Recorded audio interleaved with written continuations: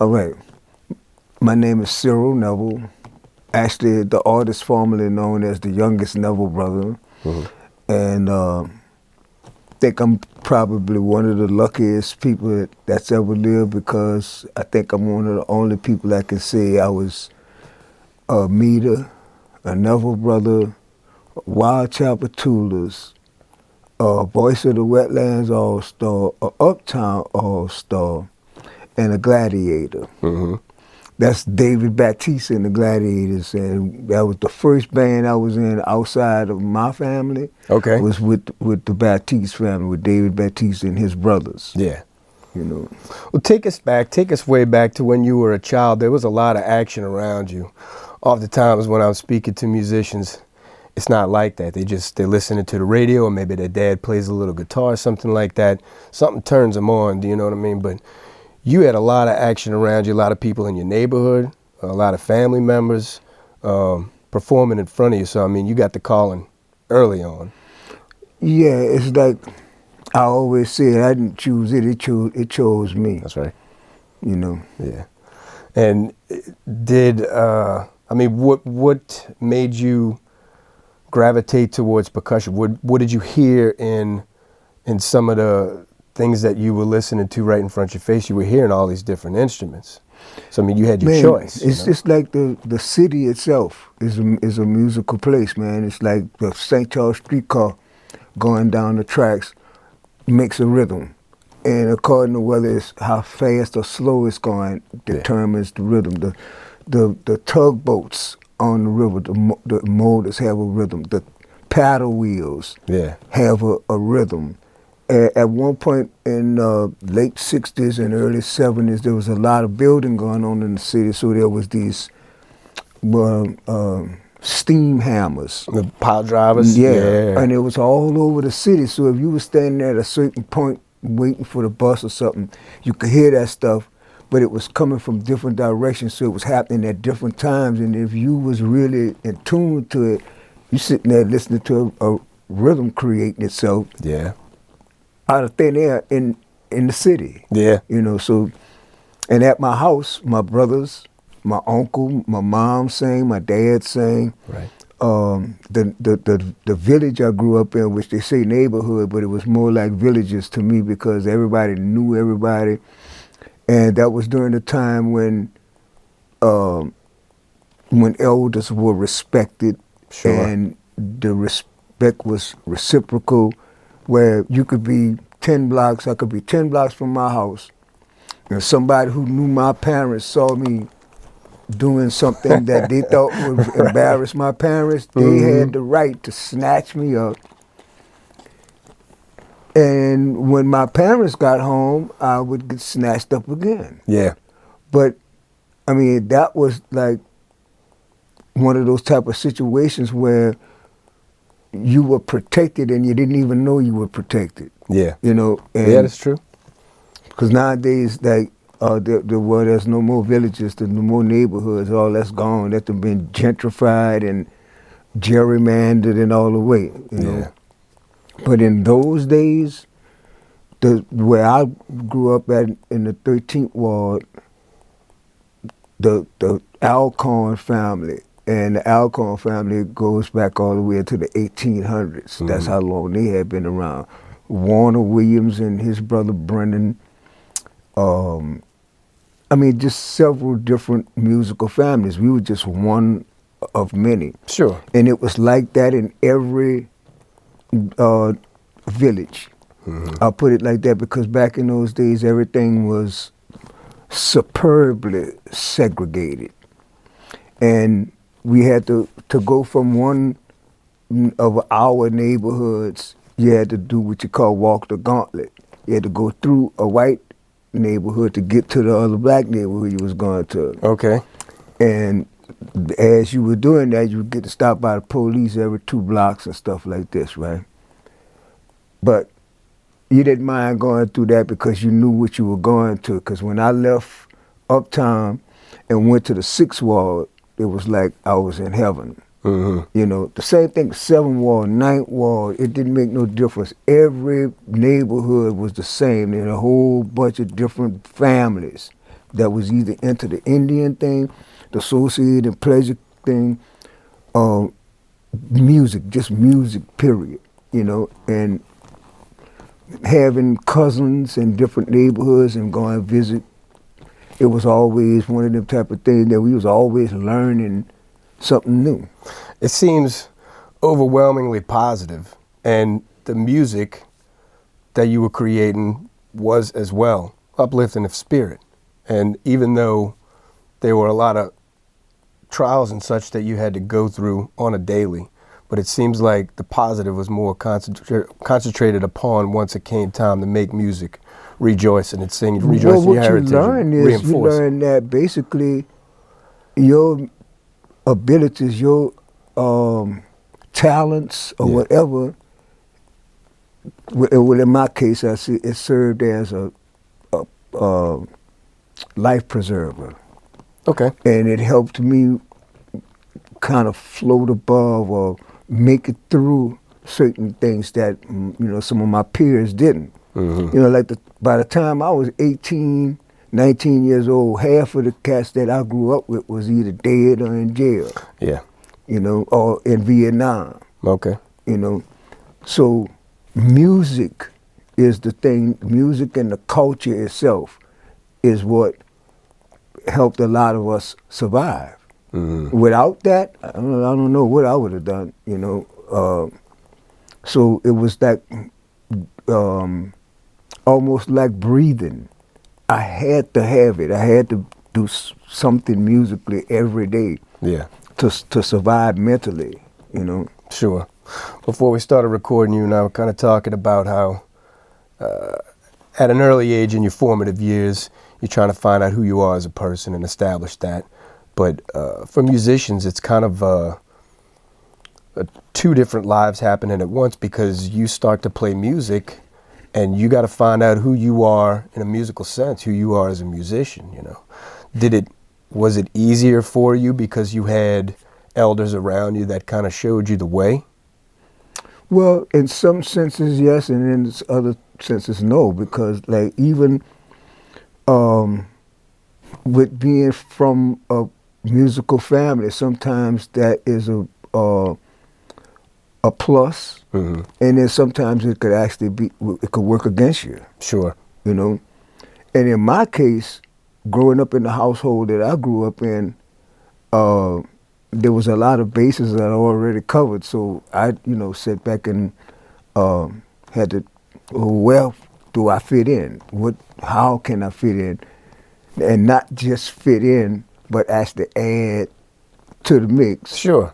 And still be an individual at the same time and be able to be part of the group. Yeah. You know, so for some reason, rhythm was just what my whole life, rhythm was the thing that helped me survive. I mean, if you were picking these rhythms up from streetcars and pile drivers and all this other stuff, you had the knack, you just didn't know it yet. Yeah, you know, like, it's like my Uncle Jolly, the way he walked had a certain rhythm to it, you know. Mm-hmm. The way people talked had a certain rhythm to it. And then back in my day, it was if the elders didn't want you to know what they were talking about, they started talking in patois. They started talking in, you know, something you didn't understand. Yeah. And they didn't pass that down for several different reasons. And one of the reasons was so that the kids didn't know what they was talking about. Right. You know, so in that sense, you were learning different. That I picked up some of that language as well, you know, and all of that was musical. Mm-hmm. Everything about that language, the way the words came out, it was all musical to me. It was all rhythmic. Everything was just rhythm to me. Yeah. You know. So about how old were you when you decided on a path? And was your first instrument your last instrument? Man, my brother Art's band used to rehearse in our living room. Mm-hmm. The Hawkettes. Okay. Now, you have the Hawkettes recorded Mardi Gras Mambo, in either 1954 or 55. I can't remember which one. But that band, in most of its configurations, rehearsed in our living room. Okay. And that band always consisted of the cream of the crop of New Orleans musicians, because it was somebody else's band before Art took it over. I think this guy named Lil Millette had it before Art had it. He went to the service, then Art picked it up.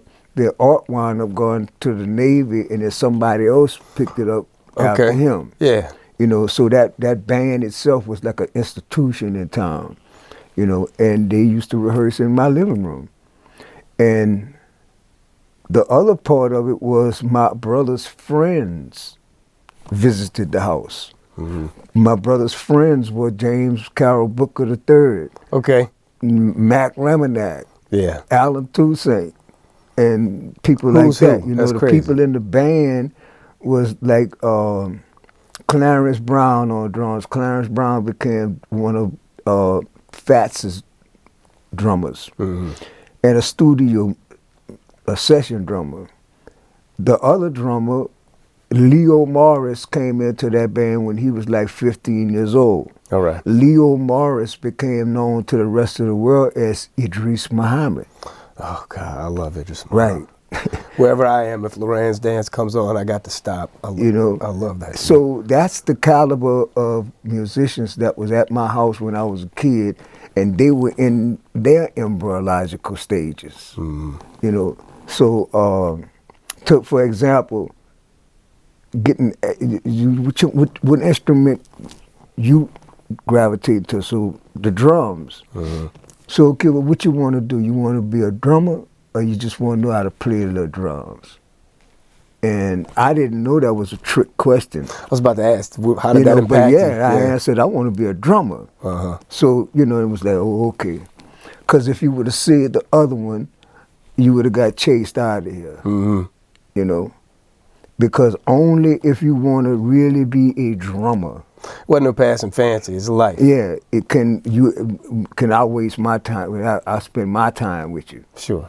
You know, so and it was like people like Kid Jordan was one of the horn players.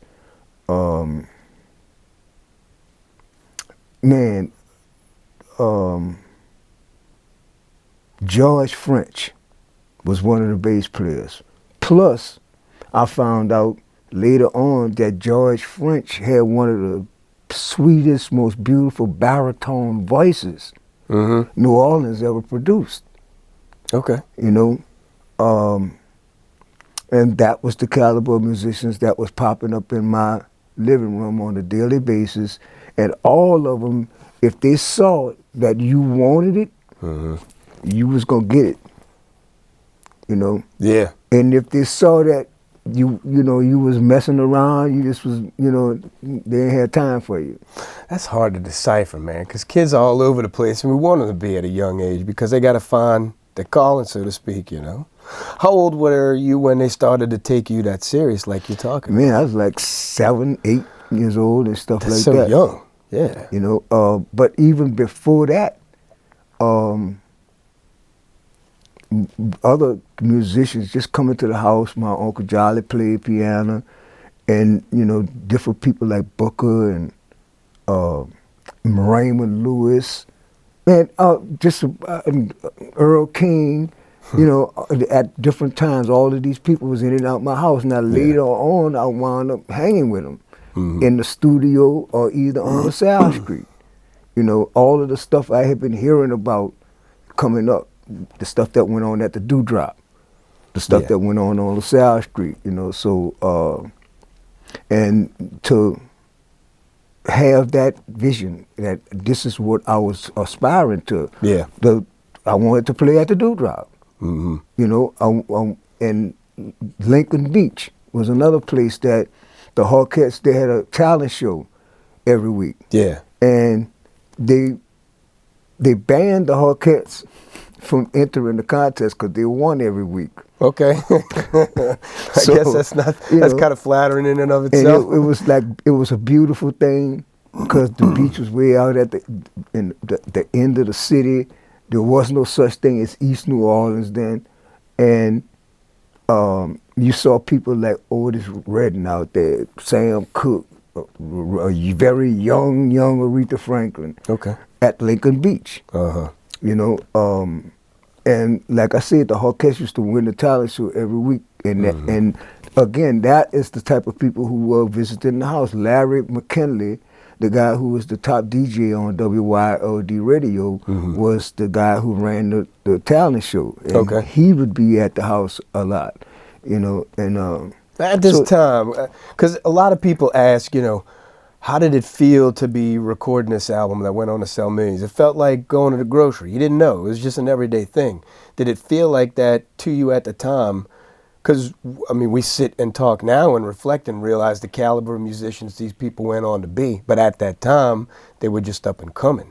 So it just felt like home to you. Well, at that point, I didn't really know anything about where their level of expertise was. They were all giants to me. Right. They were all, you know, all of my brothers was larger than life to me. My uncle, my dad, all of them were larger than life to me.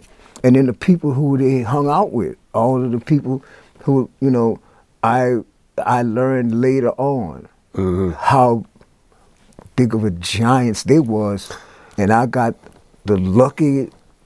I was that lucky little kid that got rubbed on the head by all of them and said, oh, let me show you a little something, you know. Right. Yeah. Yeah, you mentioned Idris Muhammed. I'm like, man, tell me you got tips from... I mean, something like James Carroll Booker saying, man, wait a minute, hold up, sit down.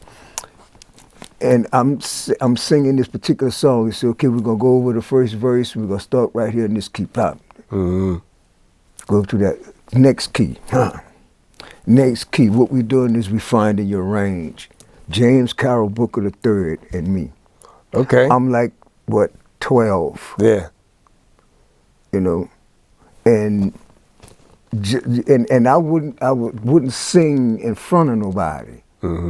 You know, and I just happened to slip up around him one day. Slipped and up. He heard it. Oh, wait a minute, come here. Wait, you got something. So yeah, that, you know, that's beautiful. I was very lucky. Yeah, that's beautiful, man. I'll ask you this too. Did it? Because I mean, it seemed like you formed your ear very early on as well. Did it occur to you that New Orleans had a distinct sound, or did it occur to you that when someone from New Orleans would cover a song from elsewhere, there was a spin being put on it that was local? Man, I like Ernie Cato. I thought all music came from New Orleans. Okay. You know, and today I feel like if there's music on Mars, it's been influenced by New Orleans music. Hey, look, Chuck Berry's on a record on a satellite somewhere in the ether. You know? It's true. And you could say what you want about it, but the blues went up the Mississippi. The blues didn't come down the Mississippi from Chicago and that's a hot Memphis topic, and all of that. I hear you. The blues went up the Mississippi from here. Yeah. You know, you know, the blues and most of that stuff, most of the art they see is, and especially comedy and stuff like that, is based on pain. Well, yeah. This was one of the most painful places on the planet. Yeah. Still is in many ways. But back then, I mean, so for the blues to come from pain, and this being the most painful place in this side of the world, where you think the blues came from? Yeah. You know? Yeah. It's a beautiful tragedy all at the same time. Right. You know, so, and for me, that's basically what the whole thing was. And I realized that all of these people who became these giants or were on their way when I was being exposed to them, you know, basically were just guys that had wives, had children, you know, and that was their job, the music, you know, and it also was their medicine. Because that basically is what was keeping them alive, not just with the fact that they were making a sort of a living doing it, because most of them had 2 other jobs. Yeah, most musicians do, right? I don't think people really understand that. I tell that Lee Dorsey was one of the best body and fender men in the city, and that people came to him for that more than they came to buy his records at Funky one fender time. work. What you mean? Right. Yeah, that's how it was. Yeah. You know, and I don't know too many people who did this without having some other thing to fall back on. Sure. I mean, it's a smart move. And to be fair, to kind of back up a little bit, outside of music, these people that you're speaking about, even if they would not have been musicians, were people that were, I mean, they were living life right in front of in the eyes of a child. They were able to give guidance. They cared enough. So I mean, they were somebody that you could look up to regardless of the music, and the music came, I guess, as a beautiful gift, you know, something that they kind of bestowed upon you because they felt like you were worthy. You were willing to learn. You know? Everybody I named were all leaders before they became the leaders that they became. They were, the way they carried themselves. Yeah. Basically, is what a younger person like myself looking at it could get. That's what, not just the way they played, but the way they carried themselves. Because one of the most important lessons I learned was from my brother Art first, and then I got from Allen, the same thing. That, and from Cato, that you are noticed more off stage than you are when you're on stage. So be careful of what you're saying to people and how you're treating people. Sure. Because you just might be talking to a potential fan. Yeah. But on top of that, you're talking to another person. So talk to people the way you want them to talk to you. Yeah, that goes a long way, man. There's a lot that's left unsaid, but that's still communicated. I believe that wholeheartedly. You could tell when a band's playing on stage and the energy's not there in the crowd, not by looking at the crowd, but looking at the band. Like you could tell, because they're trying to feed off of that energy, you know, and I think it's important. So, and that's a beautiful thing. That's the magic that once that band, those musicians and that artist, that audience connect spiritually, because that's what music is. Music is a spirit. Yeah. And I don't know of no other high like that. Yeah. That you realize that I am actually doing what I was put here to do. And I'm doing it kind of well. Yeah. Yeah. I've spoken about the way music hits me sometimes. I won't feel it coming, and it just happens. I'm listening to something, and I start to feel a little chills back here. And if I stop and listen a little more intently, it'll start to travel down my arms and then go down my legs. There's nothing like this on the planet that will do that. And if it's a drug, I don't want it because that's it. You know what I'm saying? So I've always just been a fan of music in the truest sense because there's something there that you can't put your thumb on. You can't describe. Well, you know, it's like this for me. The first time we went to Japan, and I'm looking out in the audience and seeing people singing our music, and then when we getting ready to sign CDs, nobody speaks English. Yeah, and it occurs to you. The music is what brought them into it. As far as for what the words were, obviously that didn't matter that much. Yeah. The music is what, you know, I would say the vibration of the music met the vibration of that person, and it resonated. So, sure. You know, and that's what I think the whole essence of being here is. Sure. You know, connecting with everything else in a manner that can move things forward positively. Sure. You know, and music is the only thing that I'll put it like this. My first Grateful Dead concert with the Neville Brothers, I had never seen an audience like that. I mean, every ethnicity you could think of was in the room. Right. Male, female, and there wasn't having the the letters connected to them, but you could tell that community was there as well. And nobody gave a shit about who nobody else was.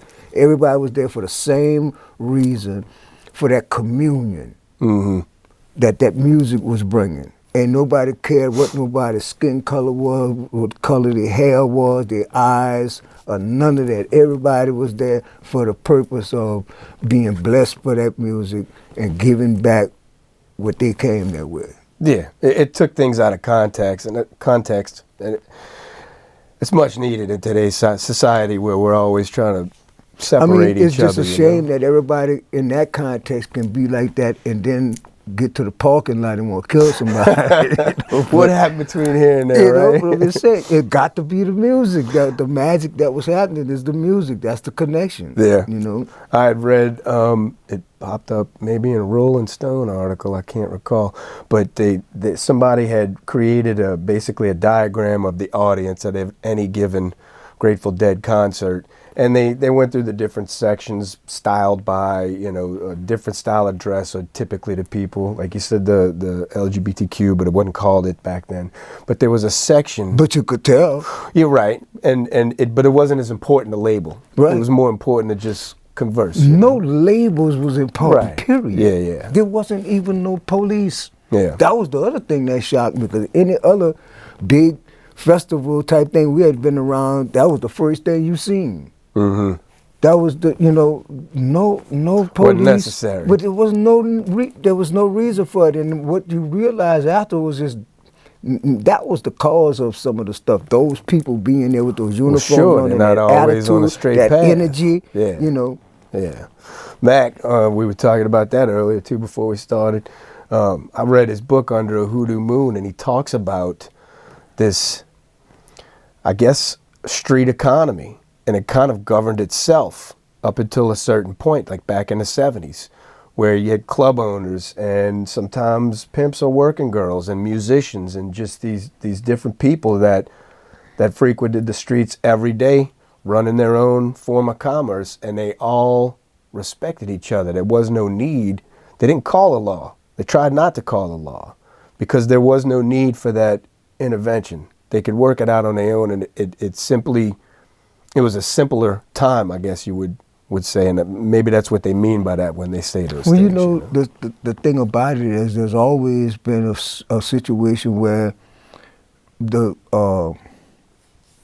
shadow society had to create their own way of being a community. And when you're living in a place that is the most musical place in the universe, that energy don't give a shit about your skin color, right. Your hair texture, your eye color, none of that. Sure. If your soul is open for it, it's gonna enter. So again, music becomes that common denominator that breaks down all of those barriers. Sure. So you have a place like the Dewdrop, where all of those people from all of these different walks of life are gathering, because that's the safest place for those activities. Sure. Nobody gives a shit about none of that other stuff. Yeah. Except the other overall society that's using those things to keep everybody in check. Right. Because that's right. it's all bullshit. It's a means of control. That's right. Yes. And they understand that as long as we can keep them divided and at each other's throats, then we safe. Yeah. The minute that they understand that they are not their enemy, we in trouble. Sure. So in the most musical place on earth, you have a law on the law books that says that white and black musicians can't it's against the law. That you could be arrested, you go to jail for a white musician and a black musician to play on the same stage together. Yeah. Now, that's sick. Yeah. There's no other way to put it, right? That's really sick. Yeah. So to me, the people who could come up with shit like that need help. Yeah. They need some spiritual guidance. Sure. Because that's insane. So That's crazy. All that being said, And I guess the atmosphere of the 70s too would have to come into play. A lot of recreational drug use, some of these other pitfalls that you're talking about in society, and still yet your music remains positive, your elders remain a guiding force, and you didn't seem to get stuck or harbored too much by some of these pitfalls with the drugs. I mean, it snags people left and right. Yeah, I mean, I got into all of that, but like I said, yeah, but you by the didn't get stuck. by the time I was 19 years old, half of the cats I went to, school with and shit like that was either dead. Yeah. I mean, dead, gone, or locked up in Angola or somewhere, or in Vietnam. Mm-hmm. So yes, music was definitely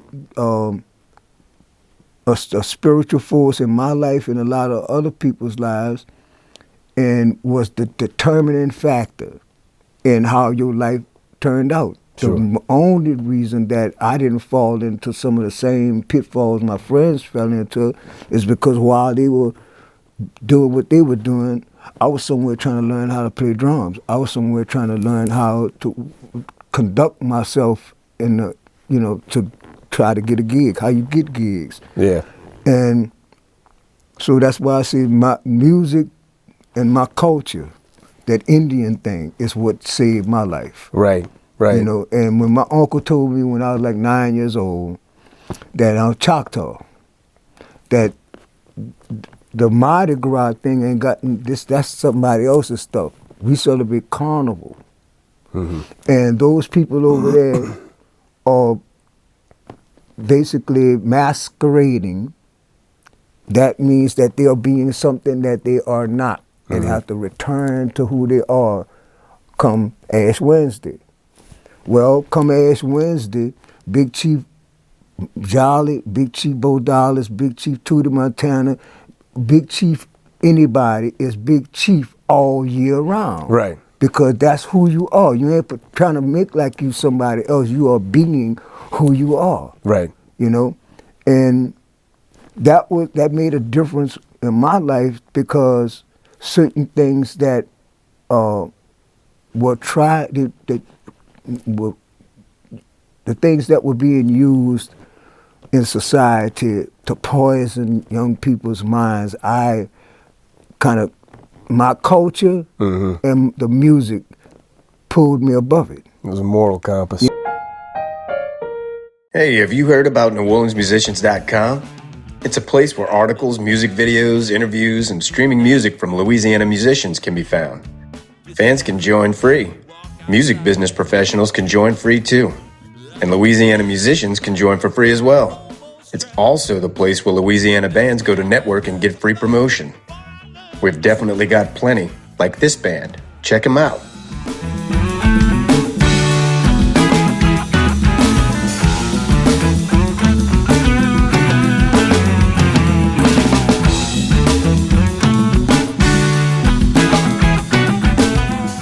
Because first of all, I knew inside of me that what was being labeled, I was being labeled as the N-word or whatever you want to call it.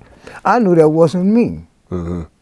So, and I also knew that from reading a book when I was 12 years old called The Psychodynamics of Abnormal Behavior, that whoever it was that was saying that stuff was actually projecting what they felt about themselves on somebody else. So I knew who the real N-words was, the ones who was shouting that. Yeah. And I saw my dad and my uncle, my mom, my aunts, and all those other people going through the type of shit and being handled the way that they was handled, and still rose above all of that shit and was the giants that they was in our community. Sure. And was still raising these other people's children. That is the giants to me. That's the godly people to me. And that's what I aspire to be. You had a vision early on, man. If you're reading a psychodynamic book at 12 years old. Well, all my brothers were older than me. My sister, and I read their books when they was in high school. Okay. When they went to college, I was in their books. Mean, most kids wouldn't take an interest in that. I think 3 or 4 years old, I was reading the dictionary from the front to the back. I had to know. Yeah. You know, what was going on around me. Sure. You know, when I was in junior high school and all of the rest of my friends was getting caught playing hooky from school out by the lakefront or up at Audubon Park, yeah, I never got caught because I was in the last place anybody would look for me. I was in the Milton H. Latta Library on St. Charles Avenue. Come on. You know, and they wouldn't have looked for me there for two reasons. First of all, what kid my age in 7th grade is going to be playing hooky in the library, and the library is segregated. Come on. I couldn't even go in there. I couldn't even got a card. Oh, but I knew early on that if I got there early enough and was out there with a rag shining that brass off on that door, and the people come there, as soon as that door open up, I'm inside and I'm invisible.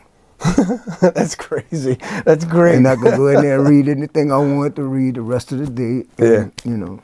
Yeah. So anyway, that the music and the culture was my life preservers, and that's how I, you know, survived the bullshit that was constantly thrown at you. The music and the culture, and I would say your perspective. To sit down and hear a conversation between people like Dr. John, Booker, Earl King, and hear the stories that they had to tell about the encounters that they had with the authorities, the so-called authorities. What the demographic was as far as the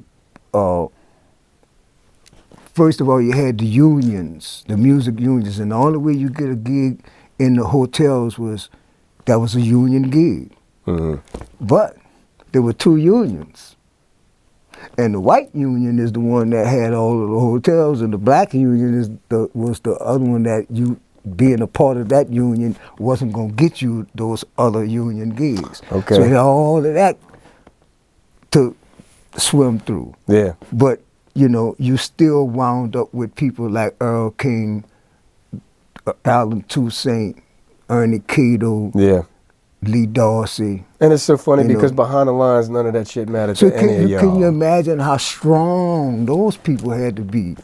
Yeah. Like I'm saying, most of those cats who I was seeing in my living room, they wasn't just musicians. Them cats was, they left from there, they probably was going to some job somewhere. Yeah. You know? And so that was another thing that I was glad I got to see early on. That was a job. That wasn't just that fun.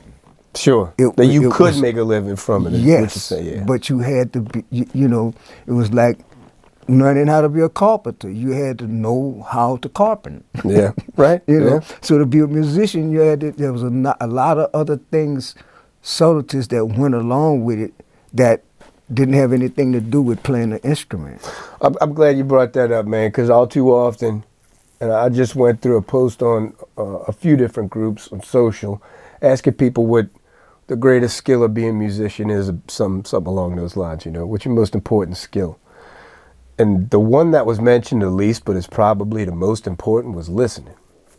And I wanted to ask you, that being said, it's easy enough for a bassist to explain how he finds his place, or a vocalist, you know. You want to accentuate things and not speak over them or play over them.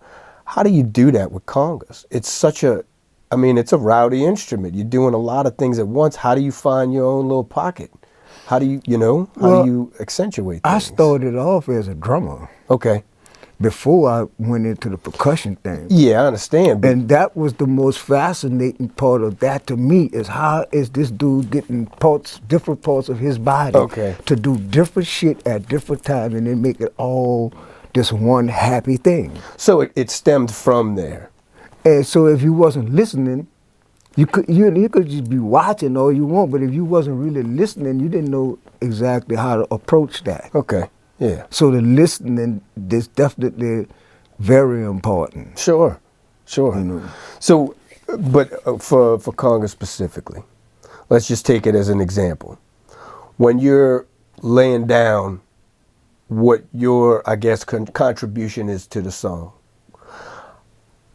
what areas do you know where you could play when you can? Because you're essentially playing along and playing with things. How do you not drown it out? How do you become a part of it and not overshadow it? You know. Well, again, being a very lucky person, I got to play percussion with Joseph Zigaboo Modelisti. Okay. One of the most percussive drummers New Orleans has ever produced. One of the master syncopators. So, playing percussion with a person like that, it ain't about where to play, it's where not to play. Okay. And that's what helped me develop the style that I have, is knowing that that's an accompaniment instrument. It's not a lead instrument. Sure. At no point, unless there's a percussion breakdown. All right. Yeah. And knowing that and understanding that, then you know where your place is, and you know, you start gravitating towards knowing when to shut the fuck up. I get it. I understand it. You know, it's the whole thing about New Orleans music, especially with the meters, man. That whole thing is that it ain't what you play, it's where you don't play that make the funk. Man, yeah. So I was going to say, since we're talking about it, conversely, with the drums, it's something different because you're a foundational instrument. You are a backbone instrument. And when you're talking about where not to play, the rhythm comes into play. Like you coming in late with the snare to give it that funky feel, you know what I'm saying? And so don't play there. You play here. And when you lag, you see what I'm saying? Yeah. So and it starts to, which I mean, you were exposed to that very early on, I'm sure, but I mean, you've got to grow to love something like that because it's freedom. You have so much fun. Man, it's like this. Like I said, watching those guys, every part of their body doing something different, but it's all together some kind of way. You know, I got to know how to do that. Yeah. You know, and then to see somebody, which I didn't know what ambidextrous was at that point. Okay. But to see somebody coming from both directions, that was another thing that was, you know, fascinating to me and made me understand something else, that certain rules applied to certain people. Okay. Didn't apply to everybody, you know. Because of the instrument? Because of the person. Okay. Because of the approach. Because of, like, okay, for instance, Earl Palmer. If you're a New Orleans drummer and you don't understand Earl Palmer, you're not a New Orleans drummer. If matter of fact, you can't even approach the music properly. All right. You know, he kind of set the standard for syncopation, as far as I'm concerned. You know, because and I don't know. I would love to know who he listened to. Sure. Or who Earl Palmer listened to. Yeah. You know, but everybody I heard after that, including Idris, Zigaboo, Hungry, Smokey, James Black, I noticed that all of them had the same thing in common, and that was that they were master counters. And when I got to that part of it, the different time signatures and everything, that was kind of like, oh wow, wait a minute, what is this, you know? Yeah. But watching those guys and listening to them playing different things, I just thought it understanding certain things and then naturally practicing, you know, that's when I really started realizing how magical music is, and how people who can play music, people who can bring things from their soul and send it to somebody else's soul and make them, you know, Sure. That's magic. That's, you know, so like I would say people get more spiritual value or spiritual value out of a hot Saturday night at Tchoupitoulas than 24 Sundays in the church somewhere. Sure. Because I guarantee you, in Tchoupitoulas, you're going to see a whole different array of humanity. It's a different vibe. And whatever altogether. church you go to, you ain't going to see nobody but the people who look just like you, Yeah, and that's it. that's true. And the people who think like you, you know. So, The expectations. you know, it's like, to me, the cats that's running the country, the people that's running the country, they need to have a stipulation that they have to take up a music course to be a politician. Yeah. Because then that way you'll know that We can find some feeling in there. they still human. Yeah. Why If you not, can man? if you can still speak this universal language, Yeah. you know. Yeah. Well, that'd be one uptight band, huh? Let me ask what your influences were outside of local. Then or now. What do you like? What do you find that you like? Because you talked about finding all these different styles of music. If you start venturing outside of the country, you start understanding, especially with percussion, different styles of music.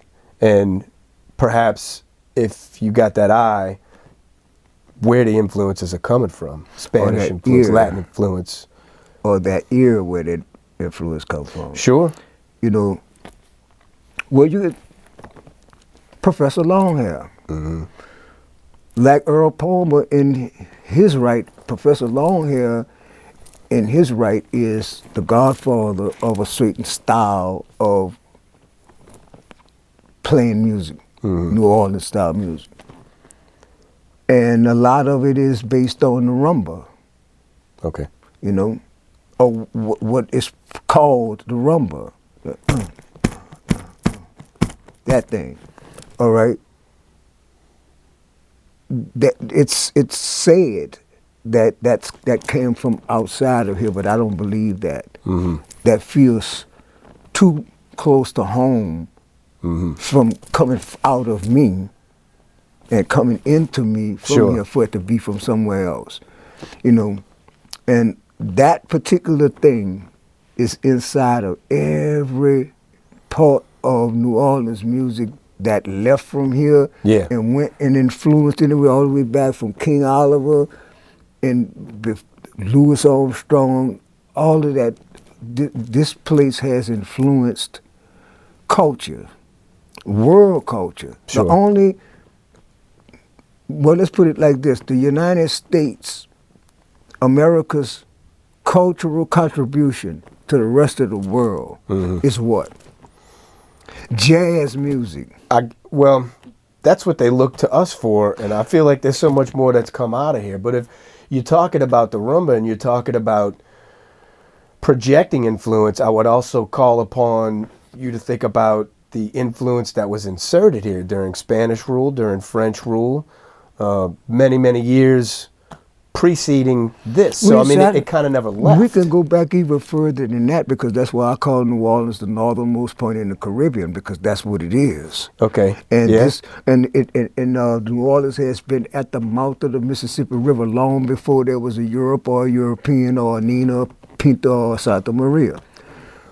There were carnival-like things going on in this spot long before any of this other shit that we call history happened, you know.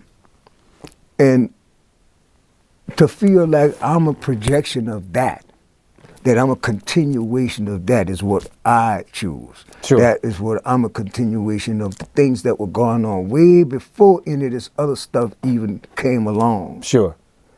And I feel like that's what Fest was tapped into, that's what Earl Palmer was tapped into, that's what Lewis was tapped into. Mm-hmm. The spirit of this place, the culture of this place was the people. Mm-hmm. And that's us. You know, and well, saying the thing about Mardi Gras Indian, right? There was Indians or people like us long before there was a Mardi Gras. Sure. You know? Yeah. Doing the same things.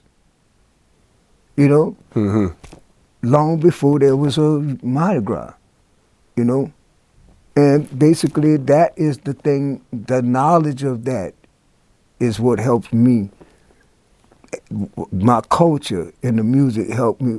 That was the magic carpet that helped me float above some of the bullshit that killed a lot of my friends before they made their 20th birthday. Yeah.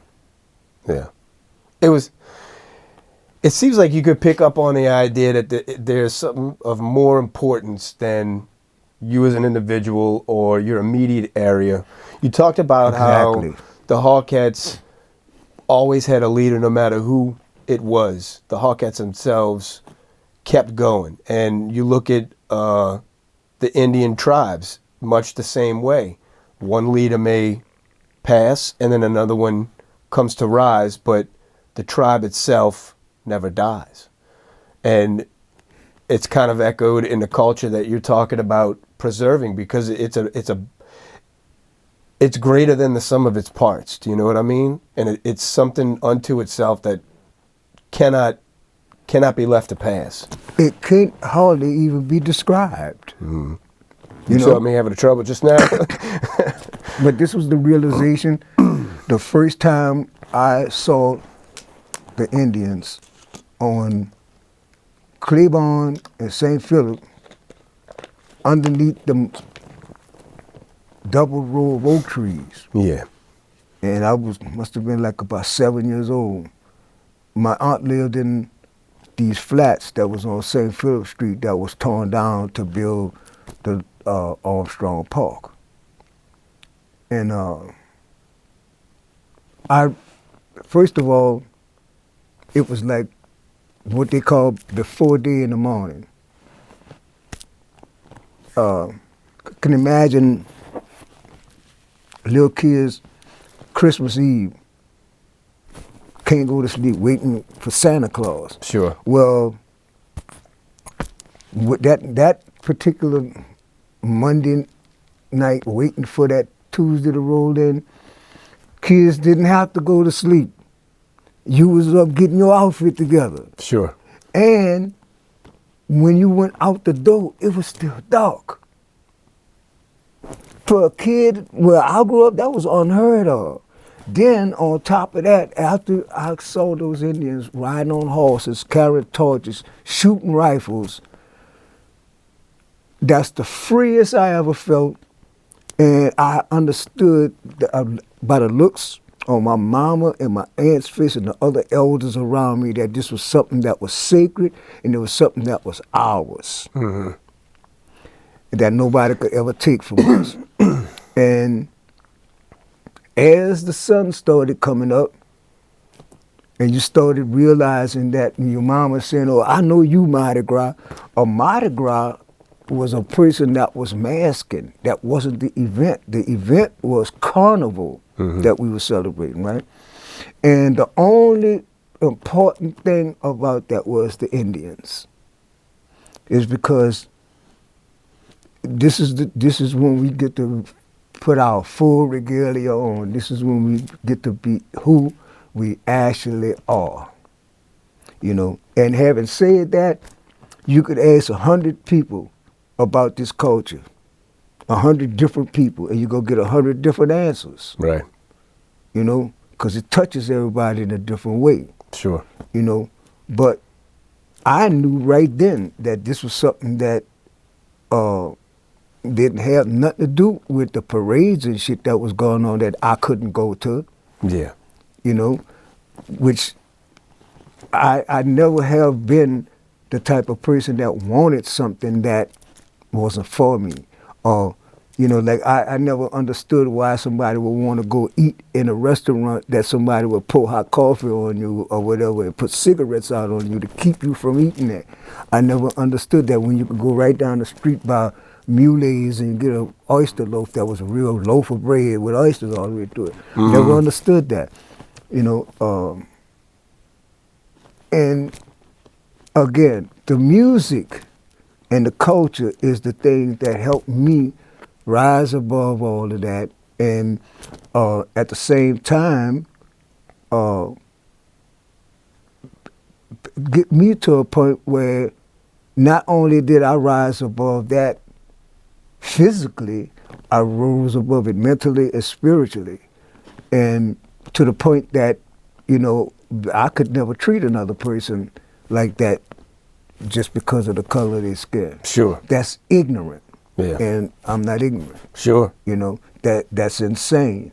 You know, and so what wound up happening, I used to wonder my dad, my uncles, you know, and it's how, you know, how y'all went through this shit and just never just blew up.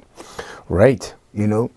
And like my dad, first of all, it's like this. When I look in the mirror, I know who I'm looking at. And nobody outside of these walls could call me or tell me can change how I perceive myself. Mm-hmm. And okay, so that was a task, but I had to learn that. I had to learn how to get to that. Sure. You know, and I had to learn to, like my uncle, one of the kindest people I have ever met, but a person that the NOPD beat within an inch of his life. And I couldn't understand why he wasn't pissed off about it. And he said, because I ain't got time for that. Right. You know? And first of all, not gonna let nobody turn me into them. You know? I would rather love than hate. And that was profound. That was profound. Because I didn't know nothing about Martin Luther King and them then. That was before all of that. Okay. My uncle is the one that let me know that that was some dumb shit, and you acting the same way is even dumber. Right. It could change who you are. You know? So I became an alchemist in another way. A musician is an alchemist. Okay, so when you're able to turn negativity into positivity, you're an alchemist. And that's what I do every time I'm on stage. Yeah, that's beautiful. You know. It really is. I know you got somewhere to be, so we're going to wrap it up. I want you to talk briefly, if you don't mind. You've got some dates coming up at Tips. Bring us up to present day. Omari, let us know what's going on. Okay, well, I just came back from a month long tour, almost the whole month of February, part of March. And we called it the Mardi Gras Tour. Mm-hmm. And it's the first time I've ever done that, been outside of the city when that was going on, doing a tour. And I was kind of questionable at first, you know, I didn't know how I was going to turn it. Long story short, it was Omari Neville and the Few, the Uptown Ruler, and King Youngblood, the rock group out of Seattle, Washington. So we go on to it, and so, man, it's like about the third show, all of the show was packed, you know. So it dawns on me, why they're coming to see me, you know. This is I see the crowd from the Neville Brothers, the Grateful Dead, tie-dyes all over the place, you know. So yeah, it was a really good tour. Sold out a few places. Wonderful. You know, and the thing that I got back from a lot of the people in the audiences was we were jonesing for what we felt coming to Neville Brothers shows. We got that tonight. Sure. So we weren't really sure what to expect from these other younger musicians that you had with you. But we understood that if they were with you and you were carrying them with you, they had to be about something. That's how you pull in. That's how you pull them in. And then the fact that my son, Omari, is the leader of the band The Fuel, being on stage with them is like being on stage with my brothers, the Meters, the Wild Tchoupitoulas, because all of those little guys was raised up in that. Like the bass player is Cranston Clemens' son, Austin Clemens, and the guitar player, Greg Molinaro, his parents are musicians, but they were in a band, 10 years ago, called Rejected Youth Nation. Okay. And it was 20 years ahead of its time, because some of the music that they did way back then, they are doing it on stage now, and it fits like as if it was just done. Right. All right. So I feel like I'm in a really good place right now, and got a booking agent maybe 6 months ago, and that has made a really big difference. We with Paladin booking agency, and so things are moving. Congratulations, man! That sounds wonderful. And this thing that's coming up next Wednesday at Tchoupitoulas is like a tribute to Gerald Professor Shorthair Tillman. Okay. And for those who don't know, Gerald Tillman had a band called Blackmail, Black M-A-L-E. And it was him on keyboards, Renaud Poche on guitar, Roger Poche on bass, and Newton Mossop on drums. All right. Now, this was like early in the game, and you had like the Meters, and I would say Chocolate Milk, Blackmail, as far as the funk is concerned. Right? Now, when my brother Art is on the search for musicians to play with the Neville Brothers band, he goes to a show to hear this Blackmail. Search is over as far as he's concerned. So he comes back and tells me, man, I found these little guys, man.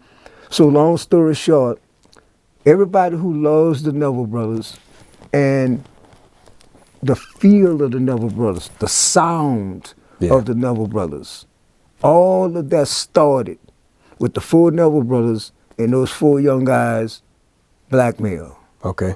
And every configuration after that had to conform to what was built there in the beginning to carry forward. So that whole thing, the Neville Brothers sound, the Neville Brothers feel, was established by Gerald Professor Shorthair Tillman and Blackmail with the Neville Brothers. So then that's what we're celebrating him at Tchoupitoulas this coming Wednesday, and try to put him where he's supposed to be. He's supposed to be in that pantheon with Booker and Professor Longhair, Professor Shorthair. Because he was a child prodigy. He played every instrument, and anybody who he ever was in contact with musically learned something from him. Became a better musician from interacting with him. Sure. Yeah.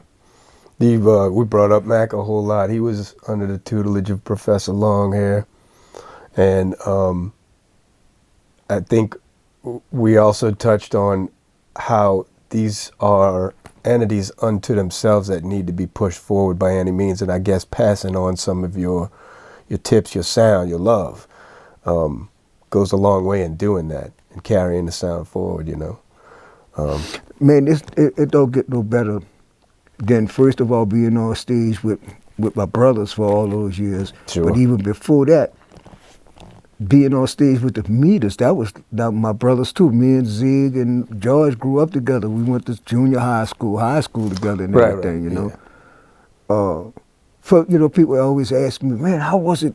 Must have been great going on tour with the Rolling Stones. And I have to stop them and say, well, you know what? I went on tour with the Meters. Yeah. The Meters went on tour with the Rolling Stones. I get it. When I got that call from my mom that my brother Art was looking for me to come back and be part of that, that's all I gave a shit about as far for this Rolling Stones. Oh, okay. Yeah, what they did. Oh, yeah, I remember that song, Satisfaction.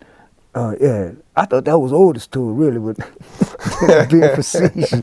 But yeah, man, I'm like Ernie Keto. I think that he said that, I'm not sure, but I'm almost positive that all music come from New Orleans. Yeah. You talk about the British invasion of Stones. Yeah. I mean, that's what they were doing. And man, basically,